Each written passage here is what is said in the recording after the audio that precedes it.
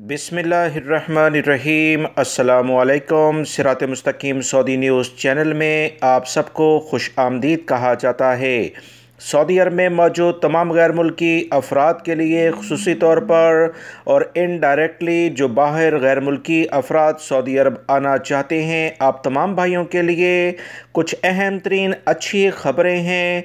क्योंकि कोरोना के केसेस जैसे जैसे सऊदी अरब में फैल रहे थे, तमाम लोगों के जहनों में ये सवाल उभर रहा था कि किसी भी वक्त सऊदी अरब के मुख्तलिफ़ इलाक़ों में लॉकडाउन हो सकता है, इंटरनेशनल फ़्लाइट्स बंद हो सकती हैं या इसके साथ साथ कर्फ्यू लग सकता है। ये तमाम सूरत हाल को देखते हुए सऊदी वज़ारत सेहत से भी मुख्तलिफ़ टीवी चैनल्स पर सवालात किए गए कि सऊदी अरब में मौजूदा सूरत हाल जो रोज़ाना की बुनियाद पर 500 से 1000 के करीब केसेस आगे बढ़ते जा रहे हैं, इस पर क्या इंटरनेशनल फ़्लाइट्स बंद हो सकती हैं या कर्फ्यू लग सकता है, इस बारे में हमें आगाह किया जाए क्योंकि काफ़ी लोग परेशान हैं। सऊदी वज़ारत सेहत के तर्जुमान की जानिब से कहा गया कि इत्मीनान से काम करते रहें, एहतियाती तदाबीर में सख्ती लाएँ और जो भी सऊदी अरब में जिन लोगों ने वैक्सीन हासिल नहीं की, खुसूसी तौर पर बूस्टर डोज़, इसके लिए इक़दामात करें।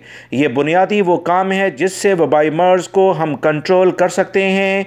पिछले 2 साल पहले जो सऊदी अरब में और पूरी दुनिया में कोरोना फैला था, तो इस बीमारी के बारे में कोई ख़ास मालूमात साइंस की दुनिया में मौजूद नहीं थी कि इससे कैसे बचना है, क्या एहतियाती तदाबीर इख्तियार करनी है।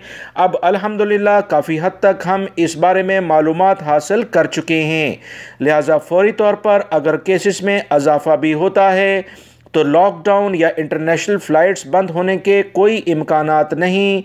अल्लाह न करे अगर हालात बहुत ज़्यादा ख़राब हो जाते हैं तो फिर इस बारे में सोचा जा सकता है। फ़िलवक्त मौजूदा हालात में ऐसा कोई प्लान नज़र नहीं आता है।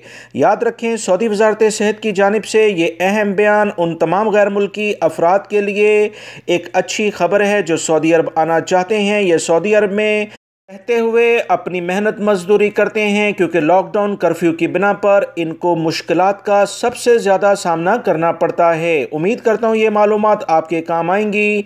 कोरोना से मुतल्लिका एहतियाती तदाबीर में सख्ती लाएँ, यानी उस पर सख्ती से अमल करें। अपना मास्क लाजमी तौर पर हर 4 से 5 घंटे बाद तब्दील कर लें तो ज़्यादा बेहतर है। अस्सलामु अलैकुम।